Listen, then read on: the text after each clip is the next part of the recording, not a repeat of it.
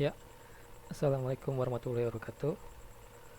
Saya Khairul Fadli, perwakilan dari kelompok satu yang anggotanya terdiri dari ada Deka Dia Pratama, Muhammad Tito Dwi Krisna, Ahmad Komarudin, Yoga Toli Dewanto, dan saya sendiri Khairul Fadli. Di sini saya akan menjelaskan ini, memasukkan data database MongoDB, mengedit dan menghapus data, menampilkan data dengan kriteria tertentu, dan menjelaskan relasi antar tabel dan lookup.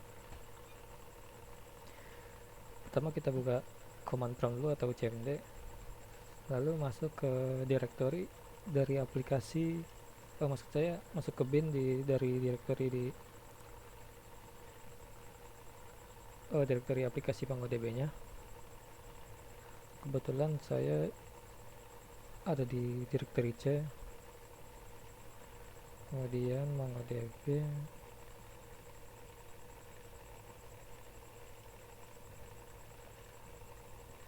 Nah, di sini langsung ketikkan mongo.exe.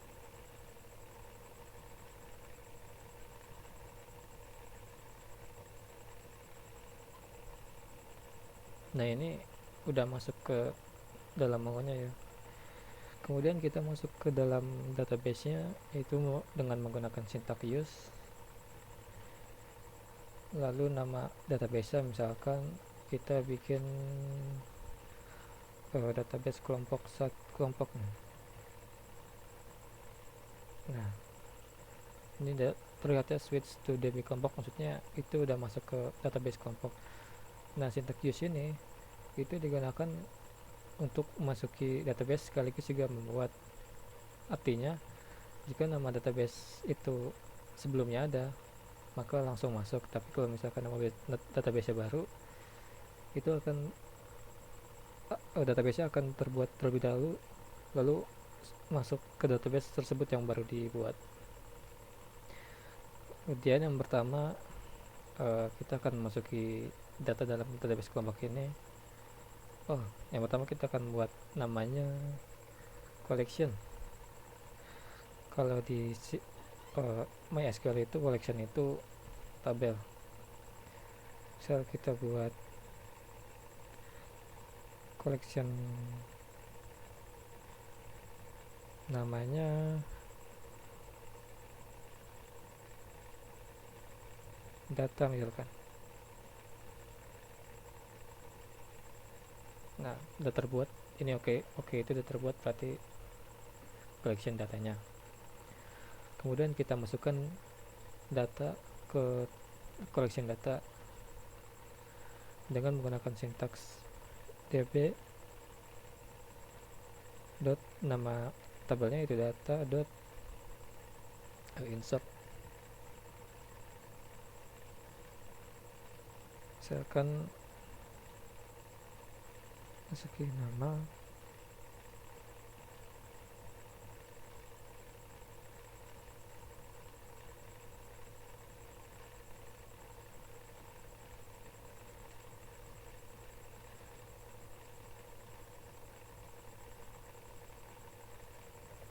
misalkan kita akan masukin data, ada nama, name, dan kelas.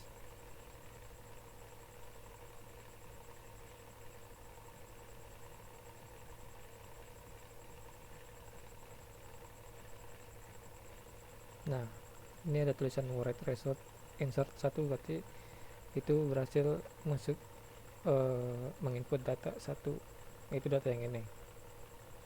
Coba kita tampilkannya itu dengan tampilkan data dari tabel data itu menggunakan sintaks db dot data dot find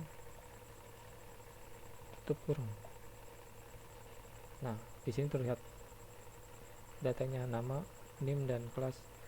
Nah, ini ada objek ID. Itu apa? Objek ID itu, jadi di setiap data itu pasti mempunyai objek ID. Itu pasti punya setiap data, jadi objek ID nya berbeda-beda. Oke, Oke, akan saya input data lagi, mungkin 3 cukup kali ya. Misalkan deka.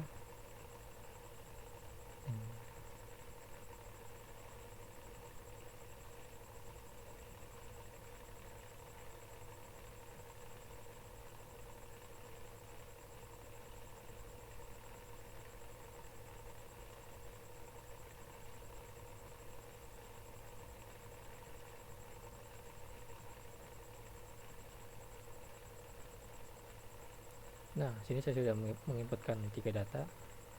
Jadi terlihat ada 3 data di sini dan punya objek ID-nya masing-masing dan berbeda itu. Kalau kalian perhatikan. Kemudian kita akan mengupdate data, yaitu mengubah data yang tadinya sebelumnya ini akan berubah menjadi yang kita inginkan, yaitu dengan syntax db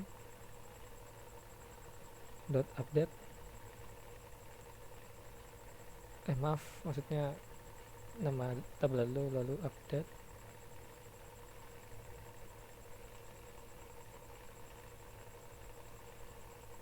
dan menggunakan kata kunci untuk apa yang ingin dihapus. Misalkan yang ingin dihapus adalah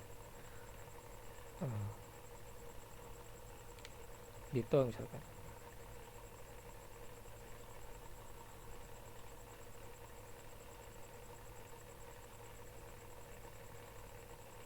Yang dihapus maksud saya yang diperbarui.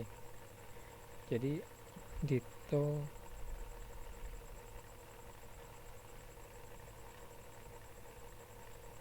akan berubah menjadi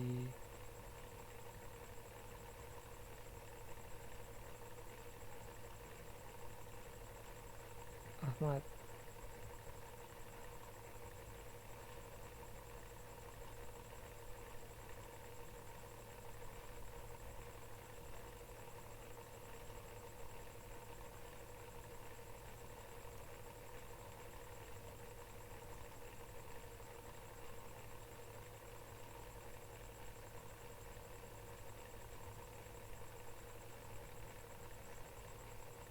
Nah,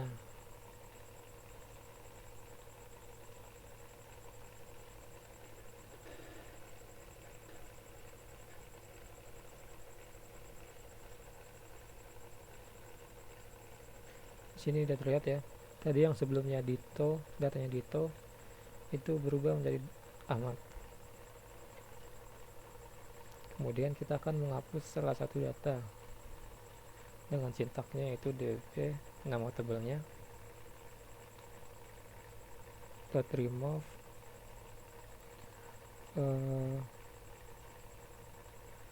dan gunakan satu kata kunci, misalkan nama Ahmad misalkan.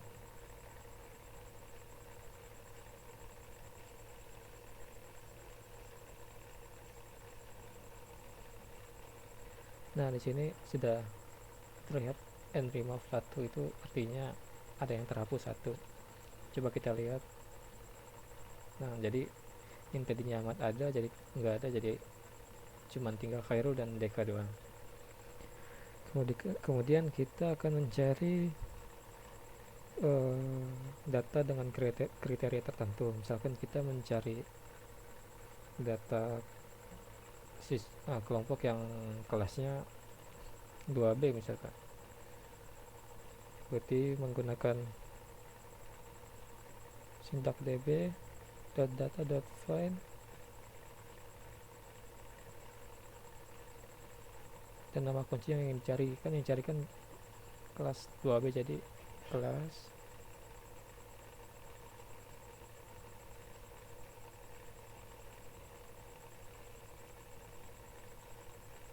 nah di sini sudah terlihat itu yang di kelas 2B hanya Dika aja karena Khairul kan kelasnya di 1A ya. Kemudian ada yang namanya relasi tabel.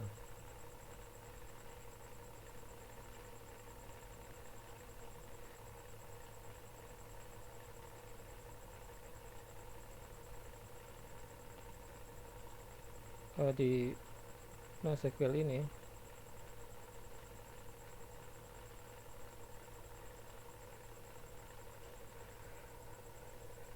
ada dua cara, yaitu reference dokumen dan embedded dokumen. Misalkan yang pertama nih, saya ada contoh gambar. Ini adalah contoh dari reference dokumen. Jadi di dalam contoh ini apa namanya, ini kan collection ya, ini collection namanya, misalkan ini pemesanan, itu menyimpan field ID pelanggan yang merupakan ID dari collection pelanggan yang ini semuanya. Nah, di sini field ID yang disimpan itu tidak berhubungan secara langsung dengan collection pelanggan.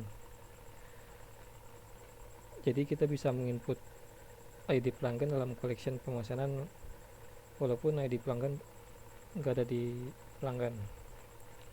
Nah, terus nanti MongoDB itu nggak akan menampilkan pesan error, nggak kayak di SQL. Kemudian yang kedua itu adalah ada embed dokumen. Ini saya ada contohnya. Bedanya kalau di embed dokumen itu collection pemesanan nih itu bisa disisipkan ke pelanggan, ya, dan juga sebaliknya. Jadi nggak usah ribet-ribet banyak. Nah, jadi apa sih dua ini, beda dua dari reference sama embed ini? Enak mana, lebih baik pakai yang ini apa ini, itu tergantung pada kondisi dan kebutuhan. Kalau data yang kita input itu kesononya makin besar, maksudnya data kita ingin input nih, nah kedepannya itu akan jadi banyak gitu, itu mending gunain cara yang ini, yang pertama itu yang reference. Nah, kalau misalkan nggak datanya nggak makin lama nggak makin besar, itu bisa pakai ini yang embed.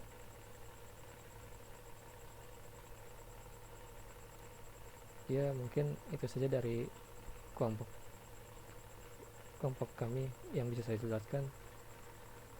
Kurang lebihnya mohon maaf. Terima kasih.